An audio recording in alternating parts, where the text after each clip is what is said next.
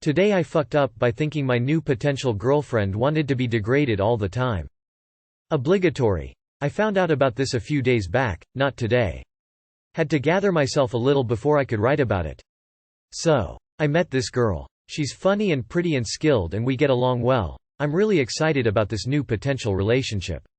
Getting along extends to the bedroom as well, as I'm a dom-leaning person and she's very submissive.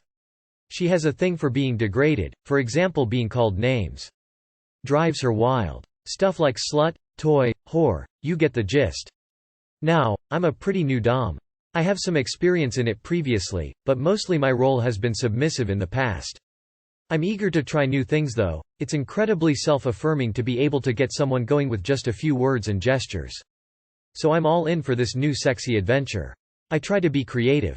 Surprise her. And for anyone out there wondering, I won't do anything I don't know how to do safely. We have discussions before and after sessions, safe word, aftercare, all that stuff is taken care of. I'm still learning but I won't endanger anyone. Now here's where the fuck up begins. Shortly after, a day after, our first real sexy time I'm feeling on top of the world, proud and giddy. It had been fun. But I'm thinking, okay, she wants to be called all these degrading things in bed. How about some adoring nicknames for outside of sessions? This is a pretty new thing. I don't want to hit her with the whole, what are we, just yet. So I try and be a little vague about it. So in my post-sex haze, I text her. So, what should I call you? Princess?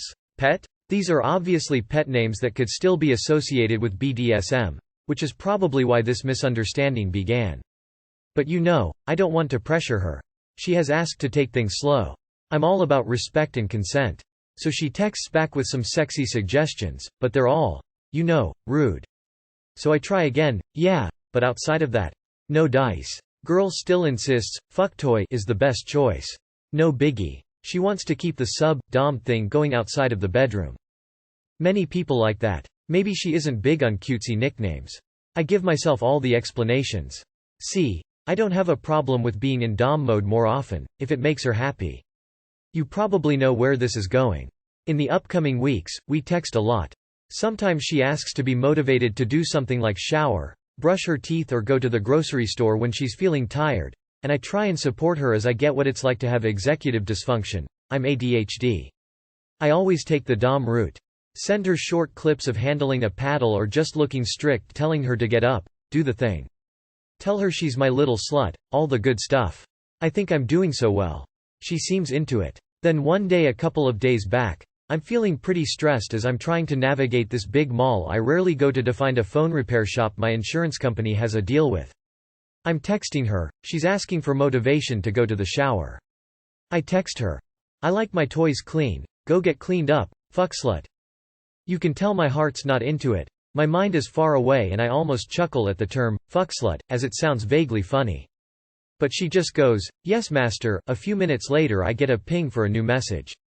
It's her. Paraphrasing. Hey, so you can use other terms with me too, right? Like you don't always have to call me fucktoy or something? At this point I'm still in denial. I just tell her I'll change things up and that I'm glad she brought it up.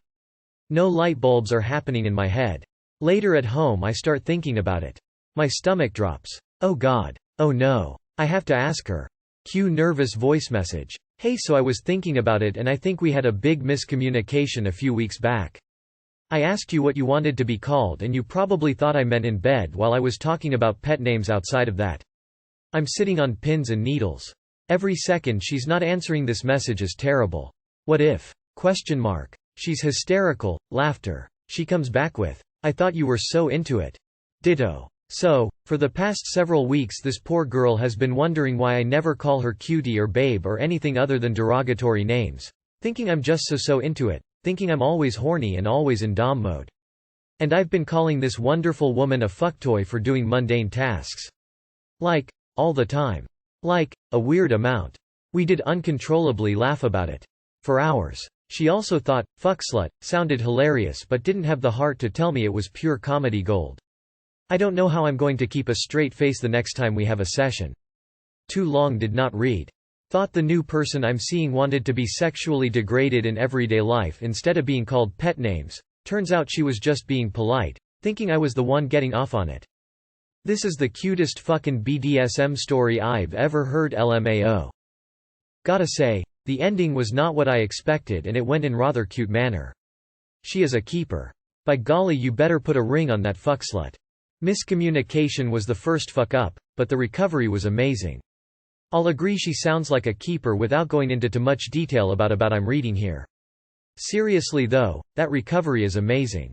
Thought this was your average creepy, neckbeard Redditor Karma Farm post at first but ended up being pretty funny. At least she laughed about it. Sounds like a keeper though. All the while I'm reading this and thinking how badly you fucked up and waiting for the sad ending at the end. Glad it ended up as a positive memory both of you laugh at. This is the most polite and civil BDSM story in history. Today I fucked up by sending a nude to my best friend and his fiancée. Throughout the morning, I've been scrolling Instagram and screenshotting memes while I wake up. Why they don't allow you to download images is beyond me. My husband and I hosted a party last night, and I thought I would surprise him by cleaning everything up before he woke up so we could relax for the rest of the day. I put my hair up, got dressed, put on some music, and went downstairs to clean. Before starting, I sent a meme to a group text with my husband, our best friend, and his fiancée. I put my phone down and spent the next hour or so earning my Wife of the Year award. Right as I'm finishing up and starting to feeling pretty good about myself, my dear hubby comes downstairs and asks, "What's going on?" Confused, I reassure him that everything's cool, I'm not stress cleaning, I just want to get things done so we can chill. He says, "No, why did you send a nude to best friend?" Side note, I've been lifting weights for a couple years, and for 2022 I decided I want to take my measurements and a photo every month to visualize my progress. Apparently the meme I had sent was, in fact, not a meme but a brightly lit, full frontal nude, complete with a bicep flex and a smile.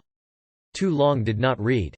I sent what I thought was a meme, but actually a nude pic to my best friend and his fiancée, and didn't notice it for hours.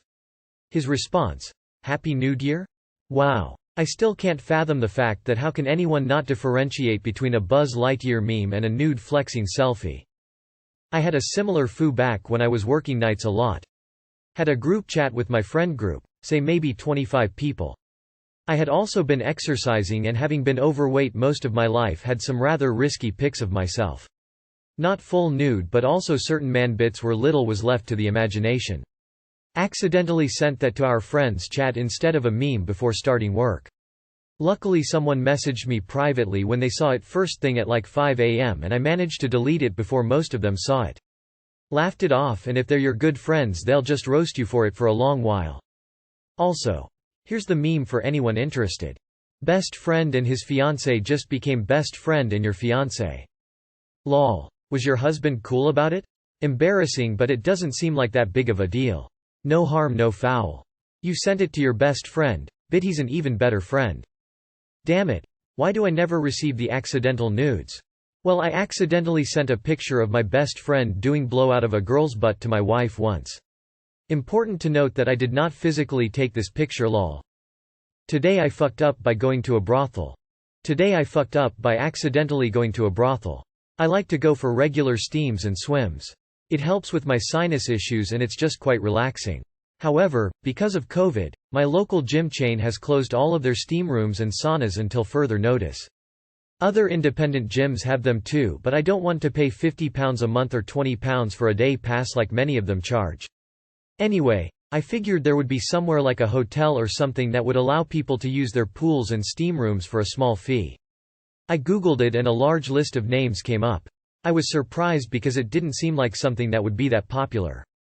Anyway, I read the reviews for this one place and they are all 5-star amazing service blah blah. I think, lovely. I tried to find photos of the saunas and steam rooms on the website but there were none, which I thought was odd, but hey ho. So, I decide to go as it says no appointments needed. This should have been a red flag, but apparently I'm fucking oblivious. I get to the place and it's small and kind of hidden away. When I go in, the lady at the desk asks me if I want a VIP room. I'm surprised they have those, but I say yes, why not? She then starts asking me to sign consent forms and asks about STDs and such things. To say I was confused was an understatement. I won't go into detail to save my embarrassment, but I ended up having to flee pretty quickly.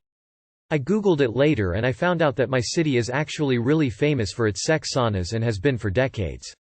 It's also legal and very popular. Somehow, I had no fucking idea, but there you go.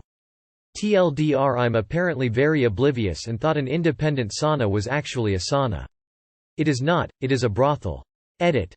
I literally said I did not want to reveal the location for privacy reasons, so please stop trying to guess because I won't be revealing. My friend wants to know which city you live in. Today I fucked up by leaving a brothel. FTFY. What city is this? Asking so I can make sure I don't go there. So is this post cover for the girlfriend or the wife? That's disgusting. Where? I reckon Bristol, only because of the public baths. That's disgusting. Which city? Okay. But it sounds like they really did have a sauna you could have used. Today I fucked up by buying $50 worth of cheese. So I'm socially awkward and was never really shown how things work growing up. I was living on my own and grocery shopping for like the first time and my girlfriend, and I wanted to make some better, healthier meals. Well, she was over at another section of the store, I can't remember where, and I was sent off to get the ingredients for sandwiches. We were going to have a picnic. So I go to the place where they cut the cheese and the meat and stuff and weigh it and sell it by weight. Well, I'm easily confused and very, very stupid.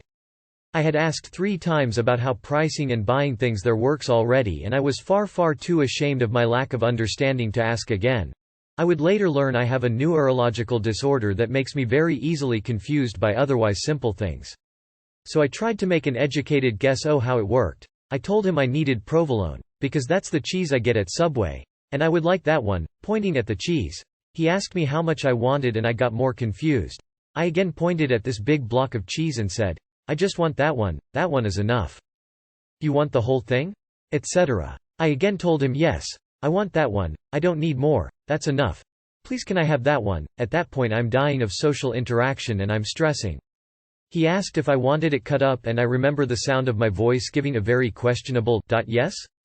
Somehow by the time of that last question I finally realized my mistake, but he started cutting it up and I was committed now, in too far to turn back. Too long did not read. I bought like $50 of provolone because I was too socially awkward to explain a misunderstanding, and my partner still teases me about it to this day. Never. And I can't stress this enough. Never. Never ever ever ever. Never ever go to a casino. No harm. Just portion it out into several bags and freeze all but one. Provolone freezes well. Edit. This is an old story. Still good advice, I'm leaving it. I'm pretty much the same with weights and volumes and such. If you find yourself in a similar situation again, it's okay to just say you want a certain value instead, like $10 worth. You got a funny story and a butt-ton of cheese though, so all good. P. Dude. You have $50 of provolone. You were socially awkward. You are a cheese legend.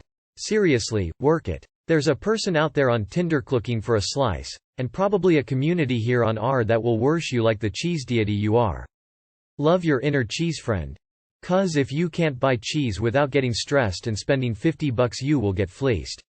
That $50 cheese could easily become a $500 roulette spin before you even know it.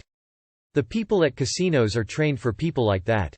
Just saying, no offense. I'm pretty high but I am laughing and crying. Thank you, provoloner. I mean, just get the prepackaged kind. Normally I'd try to lighten the mood and crack a joke, but I'm afraid it would be cheesy.